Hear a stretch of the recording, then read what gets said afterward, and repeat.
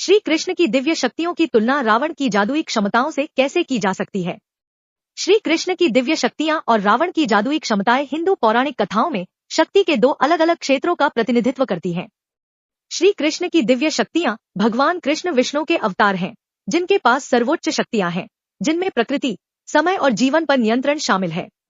उनकी दिव्य स्थिति उन्हें चमत्कार करने की अनुमति देती है, जैसे कि गोवर्धन पर्वत को उठाना और सीधे टकराव के बिना शक्तिशाली दुश्मनों को वश में करना। रणनीतिक दिमाग।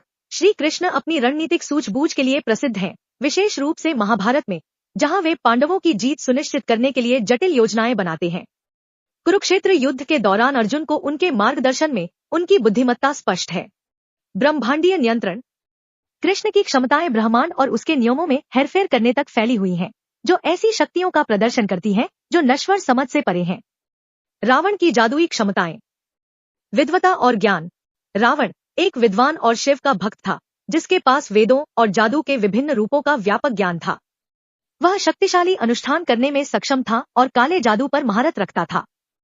शारीरिक शक्ति और वरदान। उसे ब्रह्मा से वरदान प्राप्त था, जिससे उसे दिव्य प्राणियों के खिलाफ अजेयता प्राप्त हुई, हालांकि उसे एक इंसान द्वारा हराया जा सकता था। उसके 10 सिर उसके विशाल ज्ञान और विभिन्न कलाओं पर महारत का प्रतीक हैं। सामरिक युद्ध। रावण एक दुर्जय योद्धा भी था, जिसके पास उड़ने वाला रथ और तंत्र विद्या के माध्यम से भ्रम पैदा करने की क्षमता थी। दोनों की शक्तियों को विचार करने पर जवाब ये मिल रहा है कि जबकि रावण की जादुई क्षमताएं दुर्जय हैं, वे अंततः कृष्ण की दिव्य शक्तियों की तुलना में सीमित हैं। कृष्ण की सर्वशक्तिमानता और रणनीतिक बुद्धि उन्हें एक महत्वपूर्ण लाभ देती है, जो उन्हें उनके संबंधित आख्यानों के संदर्भ में अधिक शक्तिशाली व्यक्ति बनाती है।